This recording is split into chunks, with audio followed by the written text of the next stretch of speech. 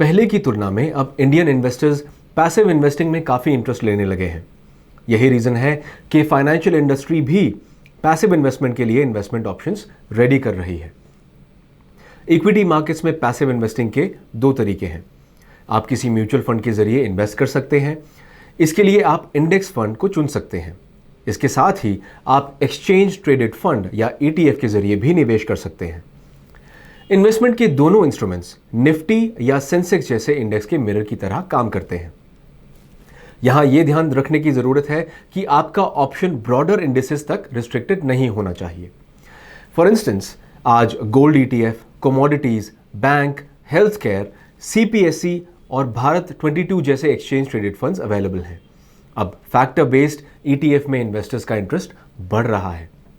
इनमें लो वॉलेटिलिटी और वैल्यू शामिल है। इन्वेस्टर के लिए कई इंटरनेशनल ETFs भी अवेलेबल हैं। इंडेक्स फंड्स और इंडेक्स ETF में कई चीजें कॉमन हैं। ये दोनों प्रोडक्ट्स इन्वेस्टर को कई चीजें ऑफर करते हैं। सिक्योरिटीज में प्रॉपर डाइवर्सिफिकेशन, लो एक्सपेंस रेशियो और शानदार लॉन्ग टर्म रिटर्न्स। इस वीडियो में हम दो फाइनेंशियल प्रोडक्ट्स के बीच के डिफरेंस के बारे में बता रहे हैं। हमारा फोकस आपको इन्वेस्टमेंट के दोनों तरीके के डिफरेंस समझाना है।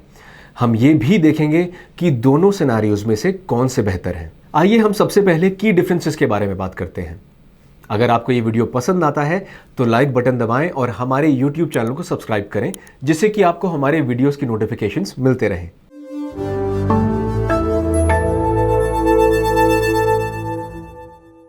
इंडेक्स फंड्स वास्तव में पैसिवली मैनेज इंस्ट्रूमेंट्स हैं।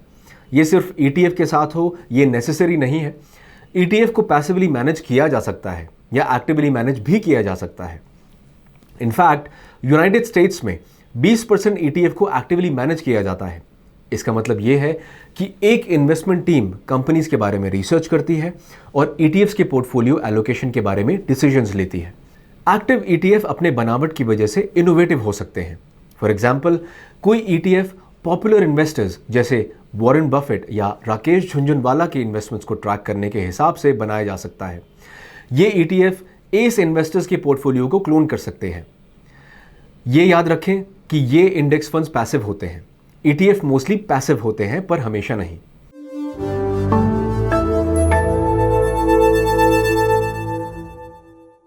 अगर ऑपरेशनल पर्सपेक्टिव से देखें तो इंडेक्स फंड एक म्यूचुअल फंड है, जबकि एक ETF स्टॉक्स की तरह काम करता है। स्टॉक्स की तरह ETF को स्टॉक एक्सचेंज में दिन भर ट्रेड किया जा सकता है और इसका प्राइस अप और डाउन होता है। इंडेक्स फंड को एक बिजनेस डे के एंड में पब्लिश होने वाले रेट के हिसाब से खरीदा और बेचा जा सकता है। ये लॉन्ग टर्म इन्वेस्टर्स के लिए चिंता की बात नहीं है। अगर आप स्टॉक मार्केट के टाइम का अंदाजा लगाना चाहते हैं तो ETF आपके लिए हैंडी हो सकता है। इसमें intraday trading, stop losses, order limits जैसे फीचर होते हैं। ETFs में इन्वेस्ट करने के लिए आपके पास ट्रेडिंग और डीमैट अकाउंट होना जरूरी है। इंडेक्स फंड ज्यादा स्ट्रेट फॉरवर्ड होते हैं। अगर आप ET मनी ऐप का यूज करके इंडेक्स फंड में इन्वेस्ट करते हैं तो उसे आसानी से ट्रैक कर सकते हैं।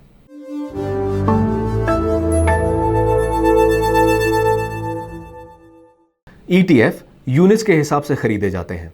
आप 1 यूनिट, 7 यूनिट या 100 यूनिट्स ETF खरीद सकते हैं। इंडेक्स फंड्स आमतौर पर रुपए में खरीदे जाते हैं। आप 500 रुपए, 1000 रुपए या 10,000 रुपए का इंडेक्स फंड्स खरीद सकते हैं। यूनिट वर्सेस अमाउंट के कॉन्टेक्स्ट में भी मिनिमम इन्वेस्टमेंट के बारे में जानना जरूरी है। अगर ETF की बात करें तो ज्यादातर ट्रेडिंग प्लेटफॉर्म्स इन्वेस्टर को सिंगल यूनिट खरीदने की सुविधा देते हैं। किसी इंडेक्स फंड में यूनिट्स खरीदने में mutual fund companies minimum order value के रूप में एटलीस्ट 1000 रुपए का इन्वेस्टमेंट करने को कहती हैं।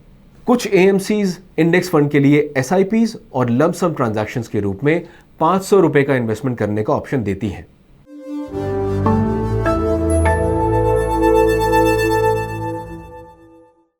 ETFs और इंडेक्स फंड्स दोनों में एक्सपेंस रेशियो रिलेटिवली कम होता है compare to actively manage funds. ETFs most scenarios में इंडेक्स फंड से सस्ता होता है। For example, HDFC Nifty 50 ETF का एक्सपेंस रेशियो 0.05% है। अगर बात index fund variant HDFC Nifty 50 index plan की करें तो इसके डायरेक्ट वेरिएंट का एक्सपेंस रेशियो 0.2% है।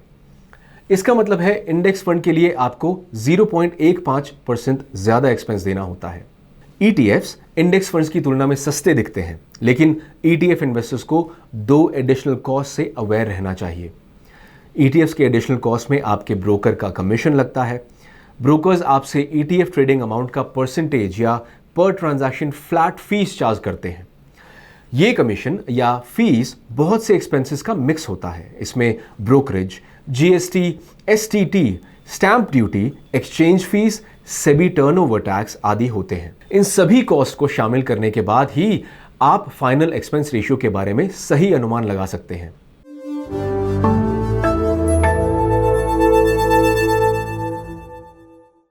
जब आप किसी इंडेक्स फंड में पैसा इन्वेस्ट करते हैं तो एसेट मैनेजमेंट कंपनी आपके फंड्स को अपने AUM में ऐड करती है। इसके बाद AMC बेंचमार्क के हिसाब से सिक्योरिटीज बाय करती है। जब आप इंडेक्स फंड को रिडीम करते हैं तो इसका ठीक उल्टा होता है। इंडेक्स फंड में लिक्विडिटी फ्रंट पर कोई रियल कंसर्न नहीं है। जब बात ETF की आती है तो लैक ऑफ लिक्विडिटी आपके लिए कंसर्न हो सकता है। ETFs को इन्वेस्टर्स किसी इक्विटी शेयर की तरह एक्सचेंज पर खरीदते या बेचते हैं। एक ऐसा सिनेरियो इमेजिन करें जब आप अपने ETF की 100 यूनिट सेल करना चाहते हैं, लेकिन उसके लिए कोई बायर्स नहीं है। इस सिनेरियो में आप अपने ETF यूनिट्स को उस प्राइस पर नहीं बेच पाते जिस पर आप उसे बेचना चाहते हैं, क्योंकि ETFs के साथ लिक्विडिटी प्रॉब्लम हो सकती है। इंडिया में लिक्विडिटी पॉइंट ऑफ व्यू से सिचुएशन इंप्रूव हो रही है, लेकिन कुछ सेक्टोरल या स्मार्ट बीटा ETF जहां ट्रेडिंग वॉल्यूम्स कम है, वहां लिक्विडिटी प्रॉब्लम हो सकती है।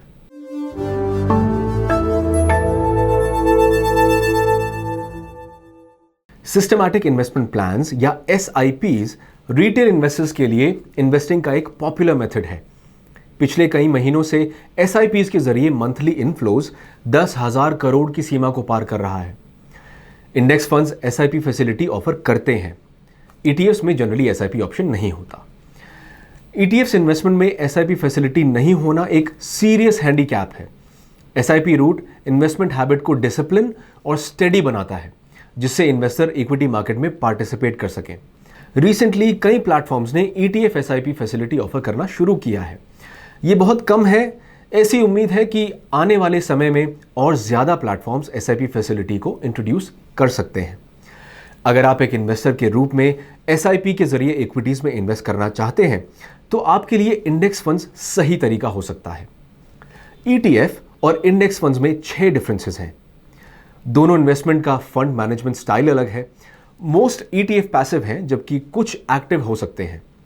ETF स्टॉक्स की तरह ट्रेड करते हैं, जबकि इंडेक्स फंड्स म्यूचुअल फंड की तरह। ETF और इंडेक्स फंड में मिनिमम इन्वेस्टमेंट अमाउंट का फर्क है और ETF और इंडेक्स फंड के एक्सपेंस रेशियो में भी फर्क है। ETF और इंडेक्स फंड में लिक्विडिटी का भी अंतर हो सकता है। इंडेक्स फंड में SIP की सुविधा है और ETF में SIP नहीं है।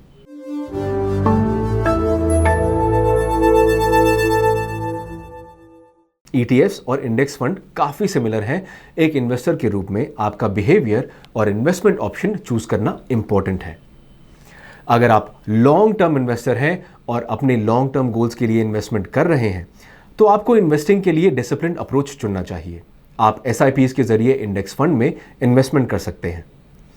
अगर आप स्टॉक मार्केट की वॉलेटिलिटी के हिसाब से ट्रेडिंग करना चाहते हैं तो ETF आपके लिए काफी अच्छा टूल साबित हो सकता है।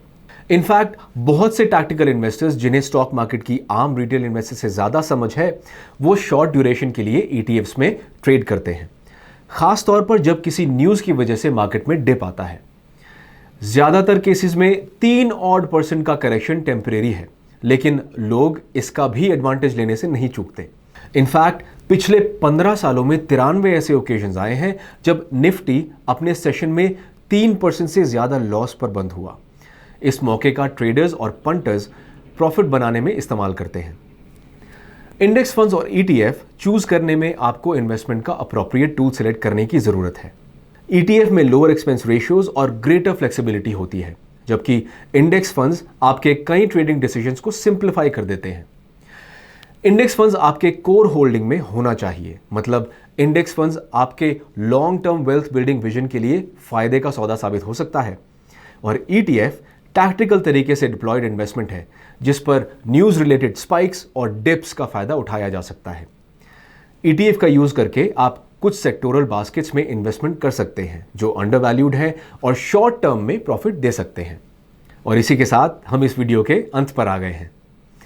अगर आपको ये प्रेजेंटेशन पसंद आया तो लाइक बटन पर क्लिक करें और हाँ, अपने फ्रेंड्स और फैमिली के साथ ये वीडियो शेयर करना मत भूलिएगा।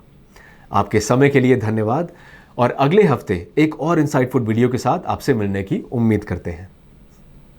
Mutual fund investments are subject to market risks. Read all scheme related documents carefully.